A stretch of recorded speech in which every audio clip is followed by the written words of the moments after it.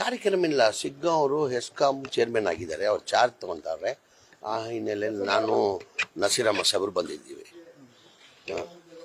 ನಮ್ಮ Azam peer Khadri XMLA ಅವರು HESCOM chairman ಆಗಿ ಮಾಡಿದ್ದಾರೆ. ಅವ್ರು ಚಾರ್ಜ್ ತೊಗೊತಾರೆ, ಚಾರ್ಜ್ ಕೊಡೋಕೆ ಇವತ್ತು ಬಂದಿದ್ದೀವಿ.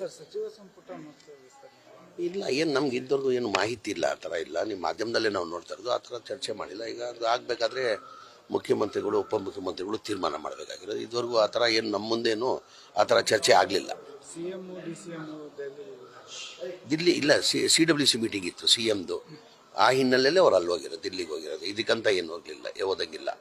ಚಂದ್ರಶೇಖರನಾಥ್ ಸ್ವಾಮೀಜಿ ಮುಸ್ಲಿಂ ಮತನ ರದ್ದು ಮಾಡಬೇಕು ಅನ್ನೋ ಹೇಳಿಕೆನ ಇಲ್ಲ, ಅದು ಸರಾಸರಿ ಸ್ವಾಮೀಜಿ ಯಾವ ಹಿನ್ನೆಲೆಯಲ್ಲಿ ಹೇಳಿದ್ರು ಗೊತ್ತಿಲ್ಲ. ಈಗ ಸಂವಿಧಾನದಲ್ಲಿರೋದು, ಮತ ಕೊಡೋದು ಸಂವಿಧಾನದಲ್ಲಿ ಬಾಬಾ ಸಾಹೇಬ್ ಅಂಬೇಡ್ಕರ್ ಸಂವಿಧಾನದಲ್ಲಿ ಕೊಟ್ಟಿರೋದು. ಅದು ಹಕ್ಕದು, ಎಲ್ಲರದು ಹಕ್ಕು, ಮುಸಲ್ಮಾನ ಅಂತ ಇಲ್ಲ, ಎಲ್ಲ ಹಿಂದೂಸ್ತಾನಲ್ಲಿರೋರು ಎಲ್ಲರದು ಅದು ಹಕ್ಕದು. ಅದು ಯಾವ ಹಿನ್ನೆಲೆ ಹೇಳಿದ್ದಾರೆ ಸ್ವಾಮೀಜಿ, ಅವ್ರು ದೊಡ್ಡವರಿದ್ದಾರೆ, ಅವ್ರ ಬಗ್ಗೆ ನಾನು ಮಾತಾಡೋಕ್ಕೆ ಇಷ್ಟಪಡಲ್ಲ. ನಾನು ಸರ್, ಈಗ ಬೆಳಗಾವಿ ಅಧಿವೇಶನ ಉತ್ತರ ಕರ್ನಾಟಕಕ್ಕೆ ಜಾಸ್ತಿ ಒತ್ತು ಕೊಡಬೇಕನ್ನೋ ಅದಕ್ಕಂತ ತಾನೇ ಅಸೆಂಬ್ಲಿ ಮಾಡಿ ಅದೇ ತಾನೇ ಚರ್ಚೆ ನಡೀತಾ ಇರೋದು. ಆ ಹಿನ್ನೆಲೆಯಲ್ಲೇ ವಿಧಾನಸೌಧ ಕಟ್ಟಿರೋದು ಬೆಳಗಾಮಲ್ಲಿ.